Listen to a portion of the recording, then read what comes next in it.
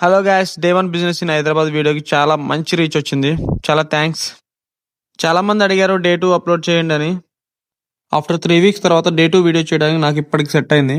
Day 1 business కాళీమందిర్లో ఉన్న don Bosco school దగ్గర start చేశాం. అనుకున్న ప్లేస్లో కాకుండా వేరే లొకేషన్కి షిఫ్ట్ అవ్వాల్సి వచ్చింది.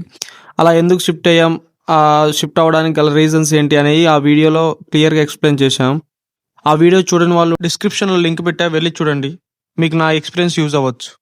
ఇక డే 2లోకి వస్తే అన్నీ ప్రిపేర్ చేసుకొని ఆ ట్రాలీలోకి ఎక్కించుకొని ఎంతో ఉత్సాహంతో ఇవాళ గచ్చిబౌలిలో ఓపెన్ చేద్దామని స్టార్ట్ అయిపోయాం. అన్నయ్య 2 వీలర్ మీద ముందుగా నా ప్లేస్కి వెళ్ళి కాల్ చేశాడు. ఇక్కడ ఉన్న స్టాల్స్ని ట్రాఫిక్ పోలీసు వాళ్ళు రిమూవ్ చేస్తున్నారు, నువ్వు ఆ ట్రాలీని ఇక్కడ తీసుకుని రా, మాకు అక్కడే ఆపేసి అంటే అక్కడే ఉన్న బయోడైవర్సిటీ దగ్గర పక్కన పార్క్ చేశాం. అసలు ఆ ట్రాఫిక్ వాళ్ళు ఆ స్టాల్స్ అన్ని ఎందుకు రిమూవ్ చేస్తున్నారు అనే రీజన్స్ ఈ వీడియో ఎండింగ్లో చెప్తా. మీరు నా ఛానల్కి ఫస్ట్ టైం విజిట్ అయినట్టయితే ప్లీజ్ సబ్స్క్రైబ్ ఫర్ మోర్. ఒక 30 మినిట్స్ అలా అక్కడే వెయిట్ చేసాం. ట్రాఫిక్ వాళ్ళు వెళ్ళిపోతారేమో, వెళ్ళి మనం స్టార్ట్ చేద్దామని. ఎంతసేపటికి వాళ్ళు అక్కడి నుంచి వెళ్ళకపోవడంతో మనం ఇక అక్కడికి వెళ్ళి స్టార్ట్ చేయలేమని అర్థమైపోయింది.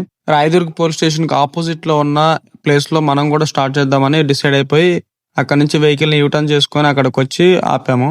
ఇక అక్కడ ఎప్పటి నుంచో పెట్టుకుంటున్న వాళ్ళందరూ వచ్చి మీరు ఇక్కడ పెట్టుకోవడానికి వీల్లేదు అని ఆర్గ్యుమెంట్లో దిగారు. ఇక్కడ ఆల్రెడీ ప్లేస్ ఖాళీగా ఉంది కదా అండి, మేము పెట్టుకుంటే మీకు వచ్చిన ప్రాబ్లం ఏంటి అని అడిగాము.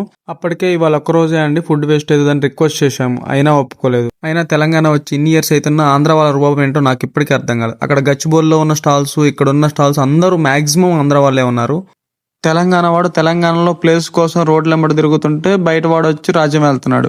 నేను ఈ మాట ఎవరిని ఉద్దేశించి మాత్రం అనట్లేదు. ఒక్కరోజే పెట్టుకుంటా అని రిక్వెస్ట్ చేసినా ఒప్పుకొని వాళ్ళని మెన్షన్ చేసి చెప్తున్నాను అంతే.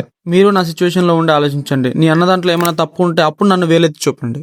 బిజినెస్ స్టార్ట్ చేసిన 2 రోజుల్లోనే 200 ప్రాబ్లమ్స్ ఫేస్ చేసిన నాకు ఏం చేయాలో అర్థం కాని పరిస్థితిలో ఇక ఈ ఫుడ్ అంతా తీసుకెళ్లి ఏదైనా అనాథాశ్రమంలో ఇచ్చేసి ఈ బిజినెస్కి ఎండు పలికిద్దాం అనుకున్నా. అలా అనుకున్న నాకు నా భుజం తట్టి నాకు చెప్పిన మాట, దేవుడు ఒకరిని ఎన్నో కష్టాలు పెడుతున్నాడంటే అతన్ని ఏదో మంచి పని కోసం సిద్ధం చేస్తున్నాడని అర్థం. జరిగిన పీడకల వల్ల నీ కళ మొత్తం వదిలేయకు, అంతా మంచి జరుగుతుంది, ధైర్యంగా ఉండు. అదే ధైర్యంతో డే 1 పెట్టిన ఏరియా దగ్గర ORR near by Kali Mandir temple నుంచి ఓఆర్ఆర్ రోడ్లో 200 మీటర్స్ డిస్టెన్స్లో పెట్టాం. యాజ్ యూజువల్ గా టైం పట్టింది ఫస్ట్ బోనీ కానికి. ఇప్పుడు నేను పెట్టిన ఏరియాలో near by live food business అయితే ఎవరూ పెట్టలేదు. అయినా సరే డే 1తో కంపేర్ చేస్తే డే 2 చాలా బాగా సేల్ అయినాయి.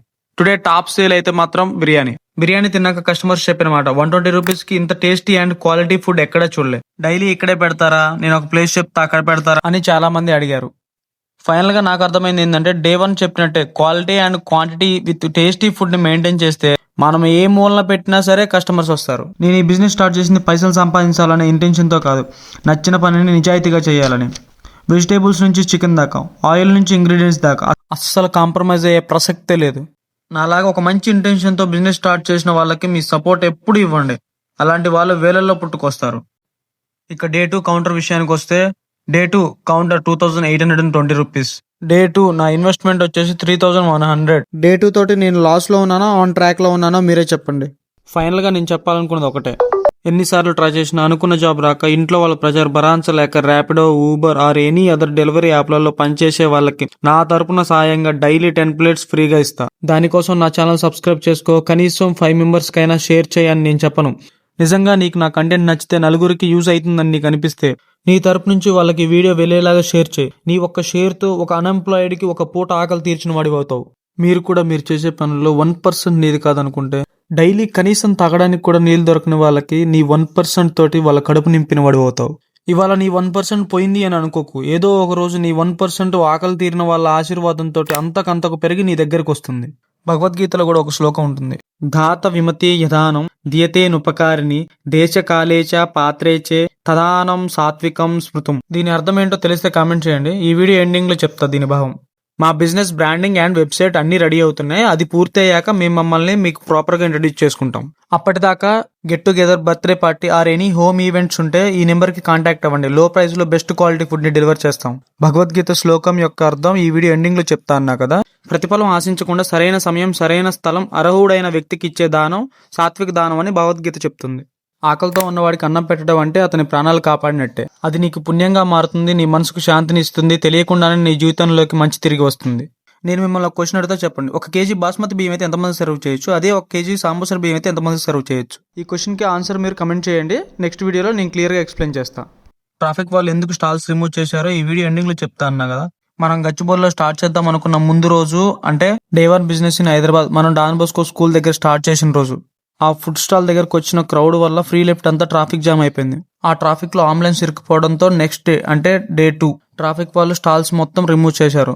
అది తెలియని మనం అన్ని రెడీ చేసుకొని వెళ్ళాం.